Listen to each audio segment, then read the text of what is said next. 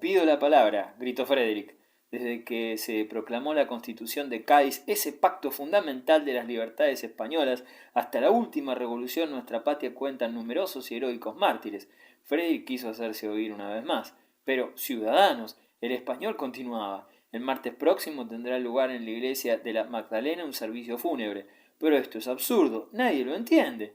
Esta observación exasperó a la multitud. A la calle, a la calle. ¿Quién? ¿Yo? Preguntó Frederick.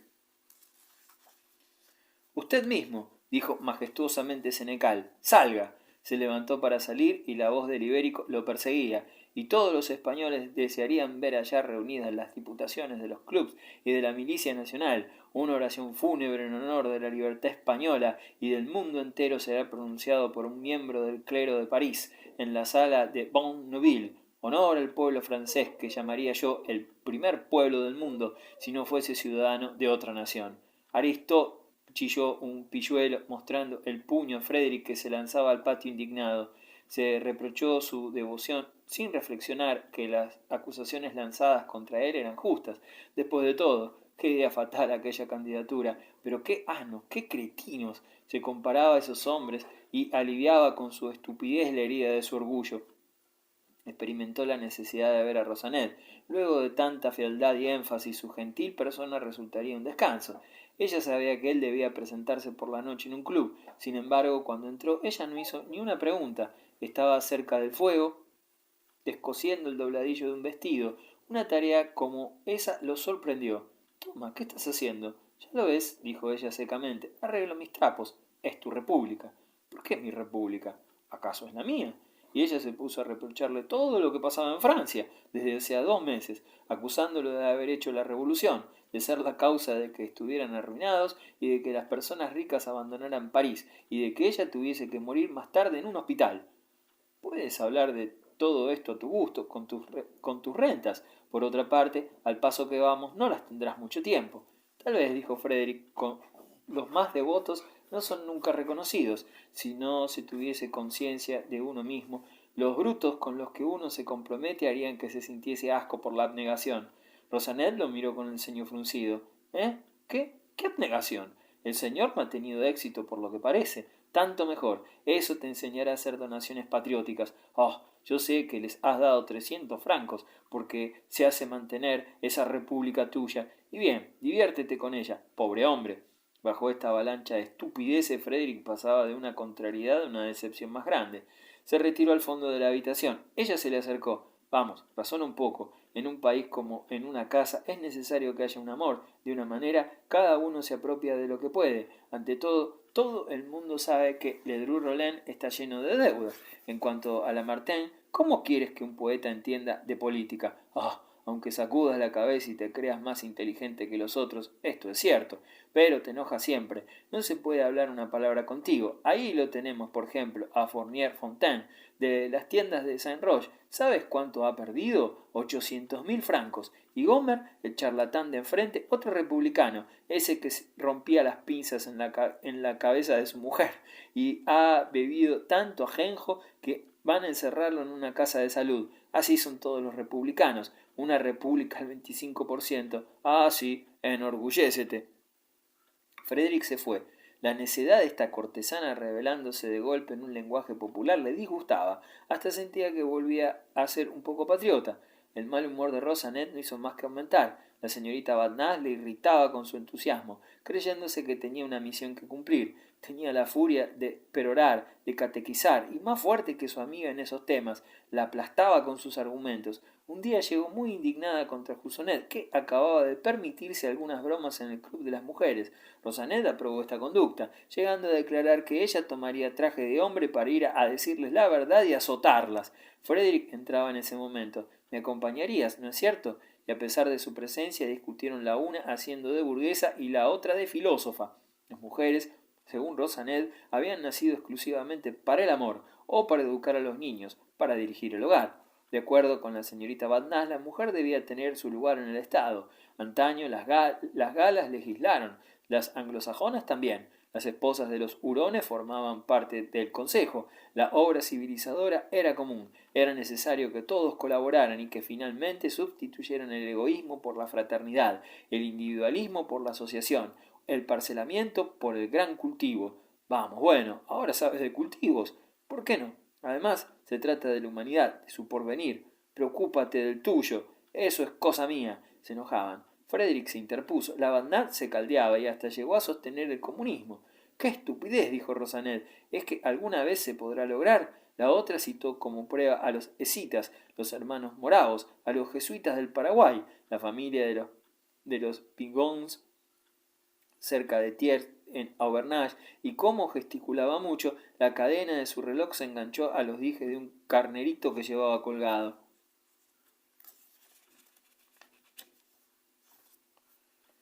De golpe, Rosanet palideció extraordinariamente. La señorita Badnat seguía tratando de desenganchar el dije. No te tomes tanto trabajo, dijo Rosanet. Ahora conozco tus opiniones políticas. ¿Qué? Replicó la Badnat, ruborizada como una doncella. Tú me entiendes. Frederick no entendía. Entre ellas evidentemente había sobrevenido algo más importante y más íntimo que el socialismo. ¿Y cuándo sería eso? Replicó la Badnat, irguiéndose intrépidamente.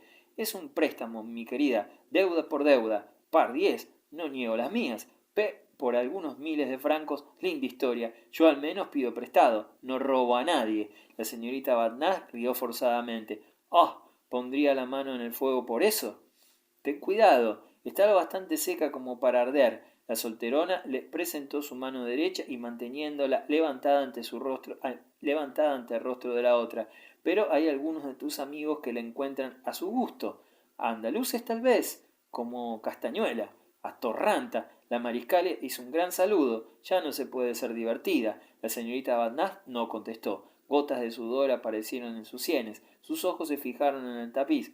Jadeaba. Al fin llegó hasta la puerta y haciéndola golpear vigorosamente. Buenas noches. Recibirá noticias mías. Por suerte, dijo Rosanet. Su esfuerzo la había quebrado. Cayó en el diván, temblando, balanceando injurias, vertiendo lágrimas. ¿Era la amenaza de la Badnat lo que la atormentaba?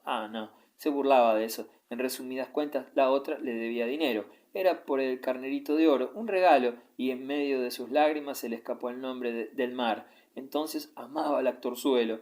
Entonces, ¿por qué me aceptó? Se preguntó Frederick. ¿Cómo es que él ha vuelto? ¿Qué la obliga a conservarme? ¿Cuál es el sentido de todo esto? Los sollozos de Rosanet continuaban. Estaba todavía al borde del diván, tendida sobre el costado, la mejilla derecha sobre las manos, y parecía un ser tan delicado que se acercó a ella y la besó en la frente suavemente. Entonces ella le dio seguridades de su ternura. El príncipe acababa de partir. Serían libres, pero se encontraba por el momento fastidiada. Lo has visto tú mismo el otro día, cuando aprovechaba mis viejos forros. Nada de coche ahora. Y eso no era todo. El tapicero amenazaba con llevarse los muebles del dormitorio y del salón. No sabía qué hacer. Frederick tuvo ganas de contestar. No te preocupes, pago yo. Pero la dama podía engañarlo. La experiencia se lo había enseñado. Se limitó simplemente a consolarla. Los temores de Rosanet no eran vanos. Fue necesario devolver los muebles y abandonar el hermoso departamento de la calle Drouot. Ella tomó otro en el boulevard Poissonnier, cuarto piso. Las curiosidades de su antiguo tocador bastaron para dar a las 3 habitaciones un aire coqueto. Tuvo estores chinos, una tienda sobre la terraza, en el salón una alfombra, todavía nueva por azar, con puff de seda rosa. Frederick había contribuido ampliamente a estas adquisiciones. Experimentaba la alegría de un nuevo marido que finalmente posee una casa propia, una mujer propia, y como se encontraba muy a su gusto allí, iba casi todas las noches a dormir. Una mañana, cuando salía de la antecámara, vio en el tercer piso, en la escalera, el kepis de un guardia nacional que subía. ¿A dónde iba? Frederick esperó. El hombre subía con la cabeza un poco baja, levantó los ojos. Era el señor Arnaud. La situación estaba clara. Enrojecieron al mismo tiempo, sintiendo la misma turbación. Arnaud, el primero, encontró el modo de salir de la situación. Ella está mejor, ¿verdad? Como si Rosanet estuviera enferma, y él hubiese acudido para tener noticias suyas. Frederick se aprovechó de esta apertura. Sí, por cierto, su criada me lo ha dicho, por lo menos, queriendo hacer creer que ni siquiera lo había recibido. Luego se quedaron frente a frente, irresolutos, mirándose. La cuestión era quién se iría primero. Arnaud una vez más cortó la situación. Volveré más tarde. ¿Dónde quiere ir? Lo acompaño. y cuando estuvieron en la calle habló mucho más naturalmente que de costumbre. Sin duda no era celoso o demasiado bonachón como para enojarse. Por otra parte, le preocupaba la patria. Ahora no abandonaba nunca el uniforme. El 29 de marzo había defendido las oficinas de la prensa. Cuando invadieron la Cámara, se destacó por su valor y participó del banquete ofrecido a la Guardia Nacional de Amiens.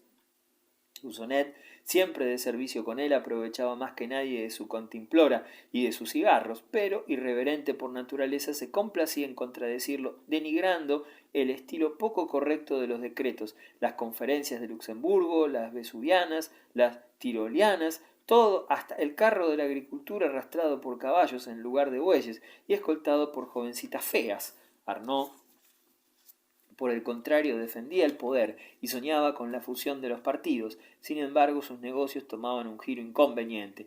No se inquietaba mucho por ello. Las relaciones de Frederick y la mariscala no lo habían preocupado. Este descubrimiento lo autorizó en su conciencia a suprimir la pensión que le había vuelto a dar luego de la partida del príncipe. Alegó las dificultades de las circunstancias presentes. Se quejó mucho. Y Rosanet fue generosa. Entonces el señor Arnaud se consideró como el amante favorito, lo que lo elevaba en su propia estima y lo rejuvenecía. No dudando ya de que Frederick mantuviese a la mariscala, se imaginaba que hacía una buena farsa y llegó hasta ocultarse, dejándole el campo libre cuando se encontraban.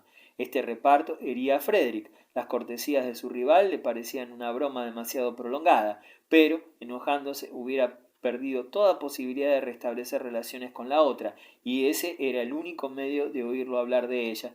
El comerciante de loza, según su costumbre, o tal vez por malicia, le recordaba gustosamente en su conversación y hasta le preguntaba por qué no iba a verla. Frederick, habiendo agotado todos los pretextos, aseguró que había estado en lo de la señora Arnaud varias veces, inútilmente.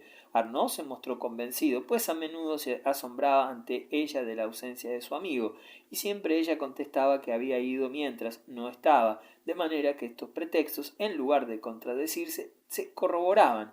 La dulzura del joven y la alegría de engañarlo hacían que Arnaud lo quisiese más. Llevaba su familiaridad hasta los límites más extremos, no por desdén, sino por confianza. Un día le escribió que un negocio urgente lo reclamaba por 24 horas en provincias. Le suplicara que montara guardia en su lugar. Frederick no se atrevió a rehusarse y se llevó al puesto del carrusel.